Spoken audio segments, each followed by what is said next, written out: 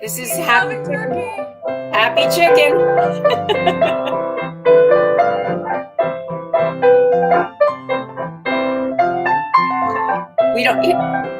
We had chicken last night. Don't tell the chicken. Hi. Hey, hello. It's day 2 of Turkey Pallooza. Turkey Pallooza! Woo! Yay, you did it! Well, so Day far, 2. so good. Day 2. Yeah. So day 2 is all about the wet brine, baby. Wet brine and the duck fat. And duck fat, yep. So anyway, so it was a long day, but that's okay. I'm not eating this tonight. You got one more day. I do. One more day. One more day. Oh my goodness. Yeah, I'll be roasting the breast tomorrow, so that'll be the end. But I probably won't eat it since it'll be too late, but that's okay. We'll have it the next day. It'll be a great Turkey Fest weekend, you know? Mm-hmm. Yeah. You'll have dinner for 2 days, 3 days. Couple of them, yeah. Well, FYI, I went ahead and did put the legs, wings, thighs in the duck fat.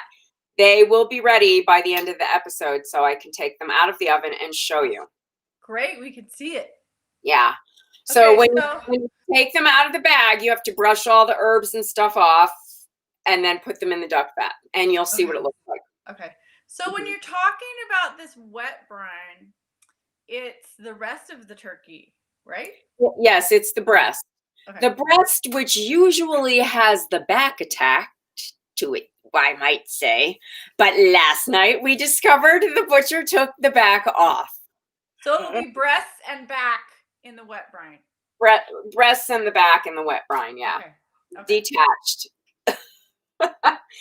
Okay, so I'm going to make the wet brine now because it has to cool before you can put the breast in it.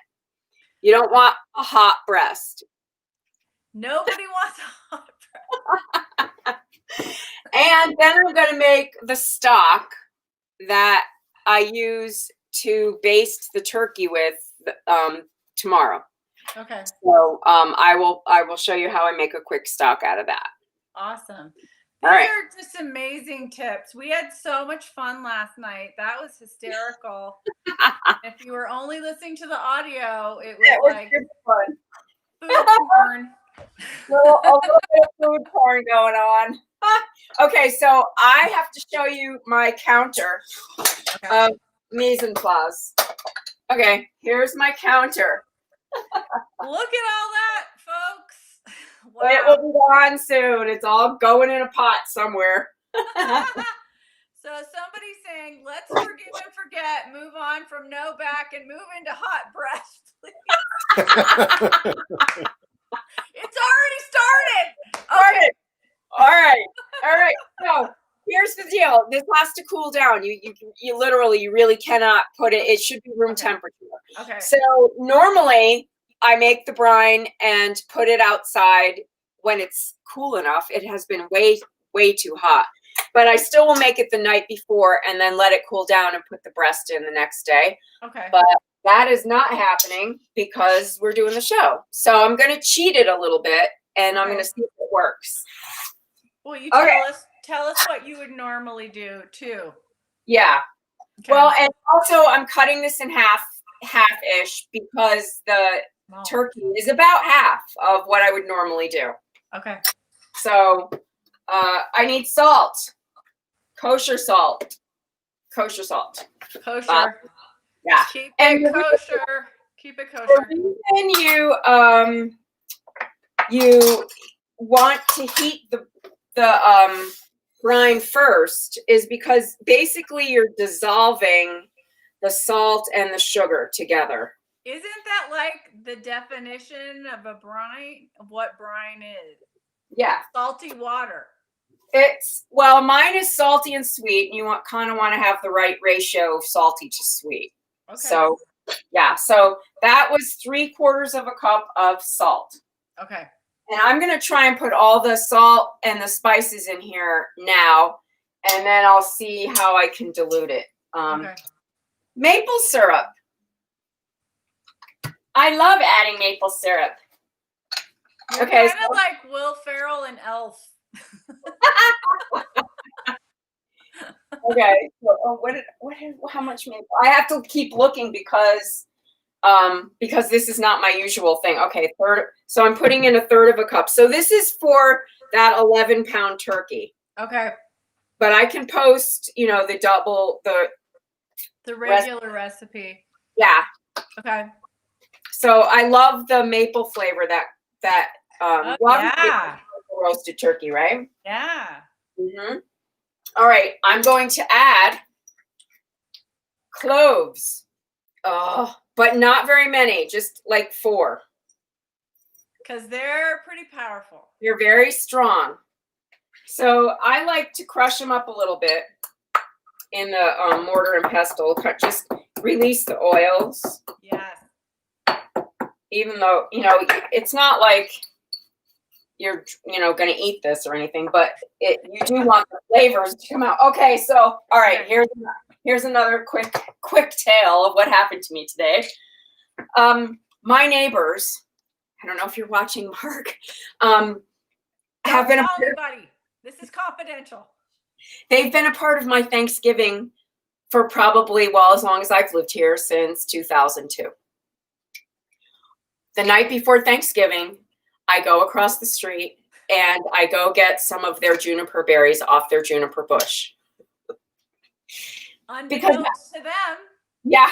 So last night, so earlier tonight, I went out with David's phone and I snuck across the street and they were in their kitchen. So I was like holding the phone down so they just at my feet so they wouldn't see me coming. Like, who's that weirdo in our front yard? Oh, and God.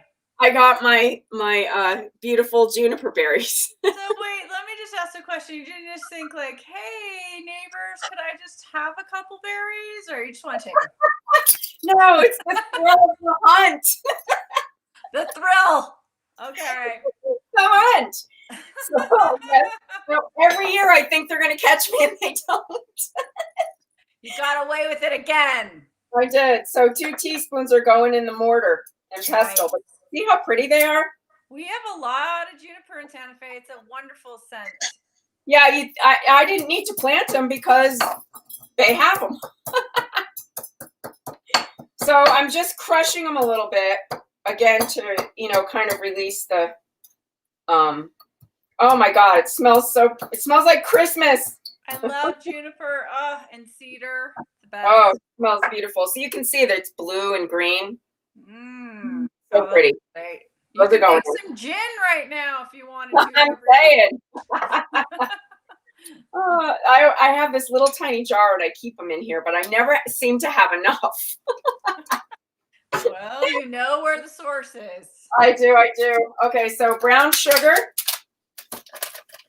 I'm going to add 1/4 cup of that. Okay. And I have it in my refrigerator with the little pieces of bread to keep it soft. And look, see? Soft. Okay, someone's asking, if you don't have a juniper neighbor, where do you get berries? You know what? Seriously, that is a good question. I have no idea. I mean, I would look it up online. Probably have to go out to the woods. Go out to the woods or a specialty food store probably. Yeah. Have it. Mm-hmm. I would think so. All right. A 1/2 tablespoon of peppercorns. I'm going to do it like this. Just regular black peppercorns? Regular old black peppercorns. Okay. There they go. Okay. I'm going to add my allspice berries, which I showed you yesterday. So it's all in the same family. Your sister would be happy. Poor Debrianna. This is so much work. I feel guilty. I should be. What? You're cooking for 3 days. I know. I do it every year. What are you talking about? No, I know. It's just a lot of work. It is, but you know what? It's fun. I like it. All right, so I I smashed a few of those up, but thank you for saying that. Okay, fennel seed next. Whoops. Where did this come from? Fennel. Oh, that. Bring Yeah. fennel into your life. Oh, please bring fennel into your life. It's yours. You'll be so happy. It's such a good flavor. Okay, so putting some fennel seed in. Okay. And, okay, what else? Oh, chili, of course. So can I ask a silly question? Sure. So you don't toast these before you add the liquid? No. Because it's a brine and it doesn't matter? Yeah, well, it would add a different, sort of a different flavor if you did it, but it's not really necessary in a brine. Okay. Okay, so someone's saying Debrianna is being paid overtime, right? Yes. Yeah. Yeah. Put that on my Okay. Thank you for that link to the online Penzies grocery store or spice shop. Thank you for that. You can buy juniper berries online. Thanks, everybody. Thanks, members. From your neighbor. Hey, you don't have to be a thief. Okay. All right. I have a couple sprigs of thyme. Oh, these bay leaves are ginormous. I would usually put in 2, but I think I'm just going to put in 1. Look at how big they are. Okay. Huge. Oh, yeah. They're giant. Some people have bay leaves in their backyard like you have juniper. I know. I used to have them in California. Yep. Okay, I'm going to add a carrot. And see, these are the things that I usually, I'll let this simmer for a few minutes. But I'm not going to do that now. And because this is a brine, I am not cleaning the ends off. I'm just throwing everything in. Right. It doesn't matter. I think this brine ingredients says a lot about your brain, Debrianna. I'm not sure what that means. It's so complex. You know what I mean? You don't just go for the simple. This is going to be some great layers of flavors. Yep. Here's a whole apple going in. Wow. Actually, I probably only should put a half apple, but too bad. Oh. I'm putting in an onion. And I'm just cutting it into like quarters-ish. This is a small onion. And again, I'm not taking anything off of it. It doesn't matter. It's so easy. You don't have to be fancy right now. So no, not fancy. All right, so generally I add a half a fennel bulb, but I got this fennel today from Sprouts, and it was the whole thing. So I'm just going to put the tops in. Okay. And I'm just going to do that. Normally I add about a half a bulb, but that's what's there. That's a nice looking greenery. Yeah, isn't it pretty? I love fennel. The green, the fronds. Yep. Now I'm going to add a celery. Just give it a rough chop. Throw it in there.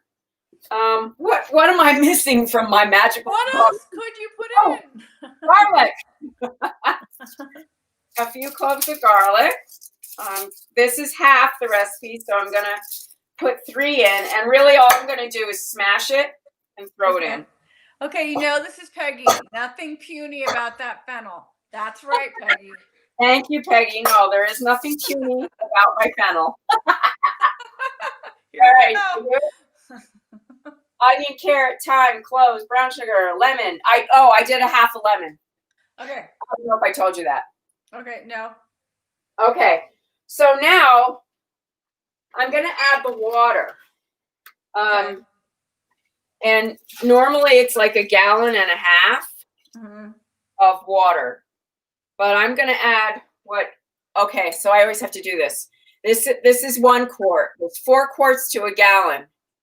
So a half a gallon is 2 quarts. I'll be right back. Well, it has to cover the breasts and the back, right? It has to cover the meat. Yeah. Well, I have a whole bunch of alcohol to add still. Oh. But the thing is, I'm going to add the alcohol at the end because I'm going to try and cool this down. So I'm not even going to add all the water. I'm just going to add a bare minimum. Okay. Because Otherwise, I won't be able to put the turkey in. It'll get too hot. Okay. So I'm just going to stir this around a little bit. There's salt. You can see the salt down at the bottom. I don't know if you can. Come on over. You can see the salt and the sugars kind of mixing up in there. I see what you're saying now. I'm so slow today. It's like you cook it and then it cools and then you put the meat in. Duh. Yeah, yeah, Okay. You don't want a hot breast. Oh my God, you would have cooked the turkey. Like I'm thinking soup or something. What's happening? Yeah. Oh, No. I So I am lost going it. to let this come up to a pretty warm heat. So the flavors of the apple and the fennel and all that start to release a little bit. Right. Okay. Okay. All right. So now I'm having my oven scream at me. And we're going to look at the legs, wings, and thighs. They're in the oven. Okay. In the duck fat.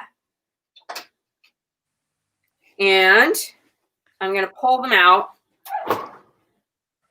And I got this beautiful pan. Oh my God. That's Oh beautiful. Wow. Wow. I cannot tell you how good this is. This smells divine. Oh my God. All right, let me get a fork. And I'm going to poke it and see. Whoops, wrong thing. So that's just solid duck fat. Completely, yeah. There's a wing right there. Wow. Yeah. Yep, I'm going to leave it in there a little bit longer, I think. Whoops. So this says 3.5 hours, but I want this to be a little more tender than it is. But you can see it starting to come off, pull away from the bone right here. Mm-hmm. Like this will pull away. Wow. So when you put it in, how much Oh, duck yeah. fat? See that? I barely touched it and meat came off. Wow. Are you And gonna eat a piece? Yes. And Oh my God, it's like butter. I think I need to get you a T-shirt that says "I heart duck fat." It is so good. I cannot tell you. It's delicious. All right. I'm going to put it back in. When you put that in, how much solid duck fat did it take to cover that?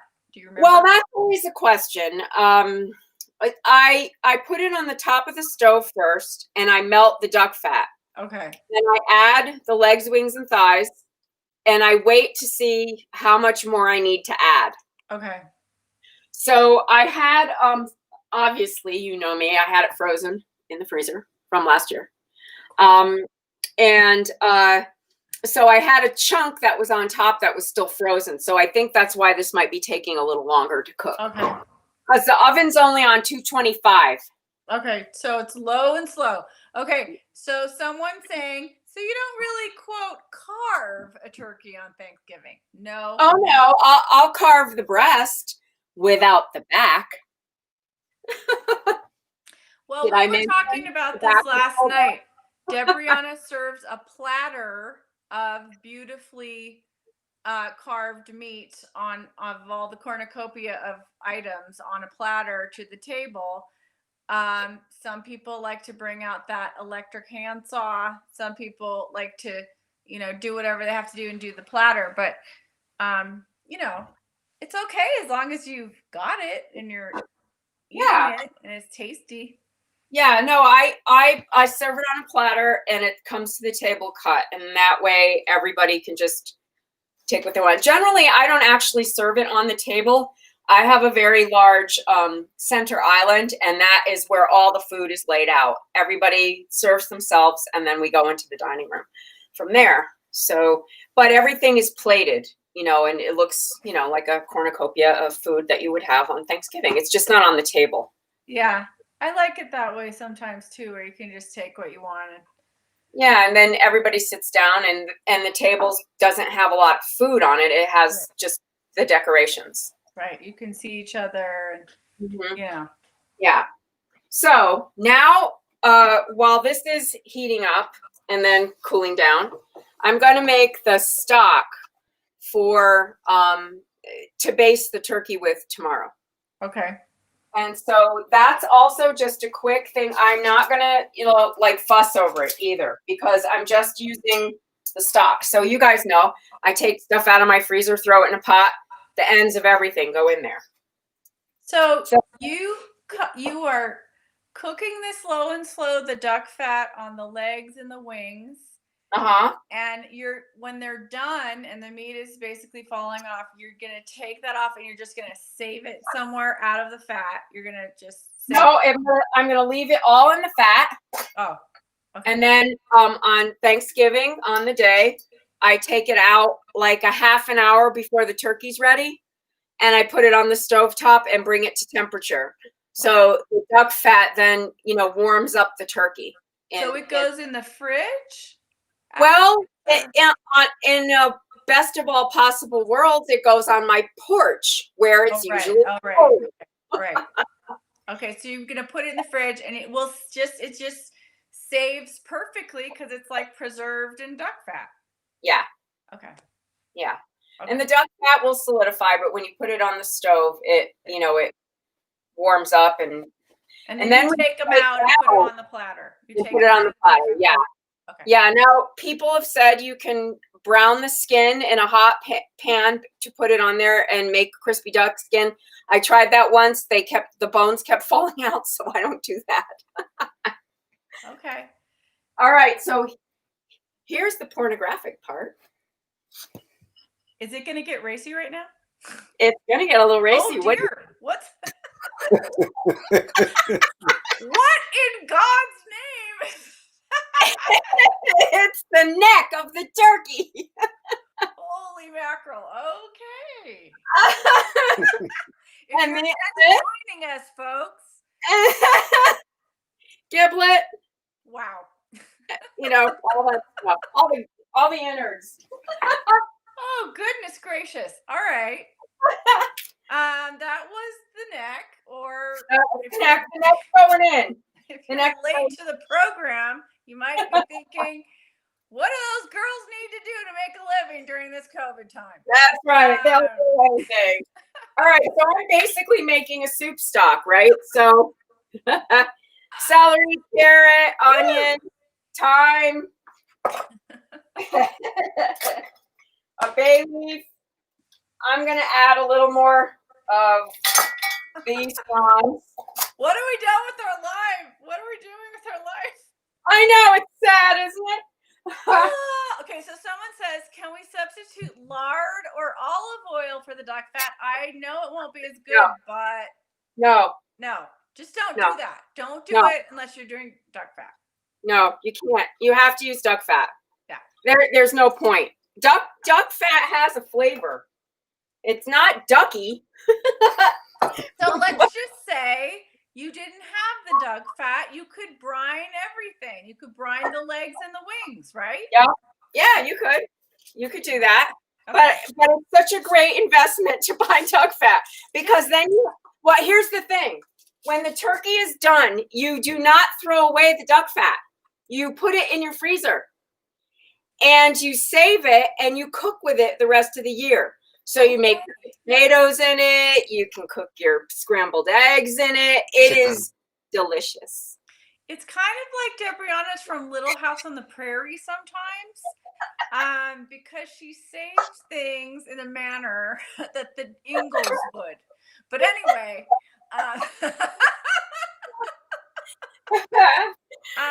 somebody just said after the turkey neck, there are no words. Okay, so I'm going to set that on the stove. And generally, this is what I do on Turkey Day. On Thanksgiving Day, I will start that first thing in the morning and let that start simmering all day until I'm ready to use it. Usually my turkey goes in around 12, 1 o'clock. Okay. So this will be simmering for a few hours. So I put some white wine in there, celery, carrot, onion, that pornographic turkey neck. Triple X. Yes. Just like anything you would for soup stock, bay leaf, peppercorns, and I'm not going to add any salt to it because what I like to, okay, this is coming up to a simmer. What I like to do, and God only knows if this is kosher. I have no idea, but this is what I do. I'm telling you, you probably shouldn't do this. Okay. I take about a cup of this brine out and I put it in my soup stock. Okay. And this is salty. Yeah. So that's when I add the salt, and then I'll taste it after it's cooked for a while. That's brilliant. It's what I do. I'm not telling you should do that, but that's what I do. No, and no one ever died from my soup. I just like the way that you think and that you can use the things that have already acquired the flavor in other parts of the dinner, you know, and because why throw it out? You know, you've made these great flavors. Well, it would make me sad to just, well, I do throw out a fair amount of it. I really only pull back about a cup. But look at this. Isn't it gorgeous? It is beautiful. You should take a picture of that. Okay, so somebody says, just get some duck fat from Debrianna when you need it. I tell you what, though, I do have people that I give duck fat to. Only your special friends. That's right.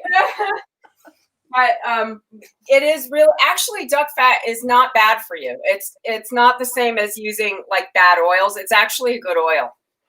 So I don't feel bad about it. Okay, so this is simmered enough. I'm going to add the rest of this water to try and cool it down. Okay. I'm going to add hard apple cider. Oh, wow. Cool. To this concoction. I'm probably only going to put half the bottle, half of it in there because this is. And then you're going to drink the rest? Yes, I am. I'm going to add a half a cup of this cold pressed cider. Yay. That's a good one. That's cold. Yeah. And somebody said true about the cider, nice Christmas gift for the neighbors. You're like, hey, Merry Christmas. Oh my God. Okay. So generally with the cider, why I got a big one is because when I make my mashed potatoes, I cook them in apple cider. Oh my God, that's just mind blowing to me. I never knew that, and that sounds so good. Yeah, they're really good. Okay, so I normally add 3 cups of bourbon. Again, so massive industrial size bottle. COVID proportions. Seriously, look how big this bottle is. Oh my God. That's huge. It is huge. I'm adding a cup and a half of bourbon in there. Normally, yay. And I'll tell you, the bourbon came from a recipe. Like, this is a combination of 1,000 different recipes, but Oprah made a turkey where she soaked the cheesecloth in bourbon and stuck it inside of the turkey. Wow. Okay. And that's where the idea from the bourbon came from. Okay. God, that's a fascinating idea. That could be delish. Okay, I've never done that. All these great ideas we get from this show. Okay, so this is still kind of warm. I'm going to actually pull it off the hot burner. Not with my hands, with my beautiful mitt. And I'm going to add a little bit of ice cubes to it. See if I can cool it down. You got to cool it down. Cool down, baby. You don't want it to cook the bird. No, and so I won't add the bird to it, but I'll show you the bird. Okay. What's left of the bird? The bird. Okay, so the bird's over here in the sink. And this is the breast without the back. And it's all cleaned up, you know, like I carefully washed it, David did. And there's the back that has been detached. I've never seen it dismembered like that. Said every serial killer ever. I know, right? It's very sad. So that's the turkey. The turkey will go in the brine bag, the giant brine bag. Okay. And when it goes in, because I don't want to do it now if the brine's too hot. Okay. I'm going to squeeze it so that the brine gets up all around the turkey, and then I'm going to tie it. So I'll twist tie it, I'll zip block the top and then push it so that the brine stays all around the turkey. Right. Okay. Now, Ow. oftentimes at this time of year, your refrigerator's really full because you have other stuff in there for the turkey dinner.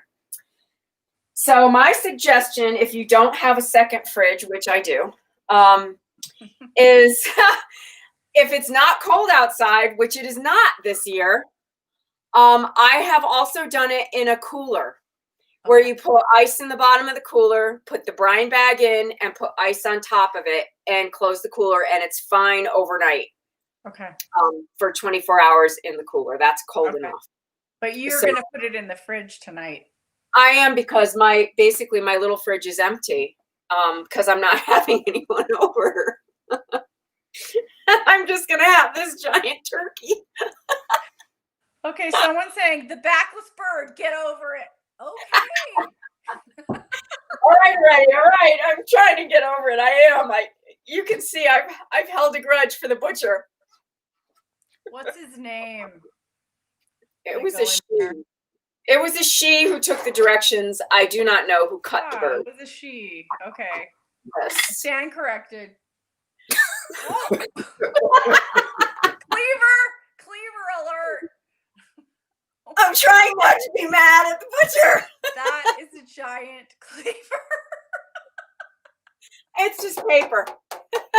Okay, that looks like a guillotine. Isn't it funny? No. Is that a joke? What? Oh, that was for your Julia Child. Okay. My Julia Child thing. I thought it was real.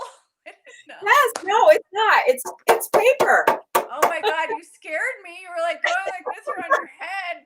I am so mad at that butcher. You should go in with the paper cleaver and scare him.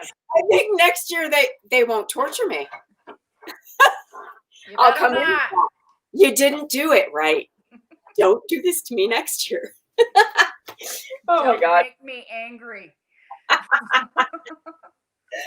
Oh my God. Okay, so I think that's part 2. We just completed part 2, the wet brine and the duck fat. And then what's coming up tomorrow? What's tomorrow?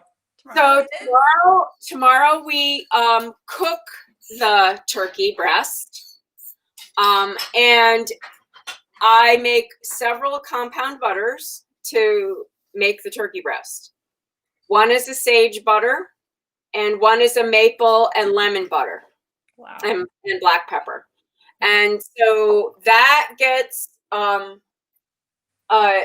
turkey gets wrapped and stuff in the butter. Wow. And then it goes in the oven. All wrapped in cheesecloth.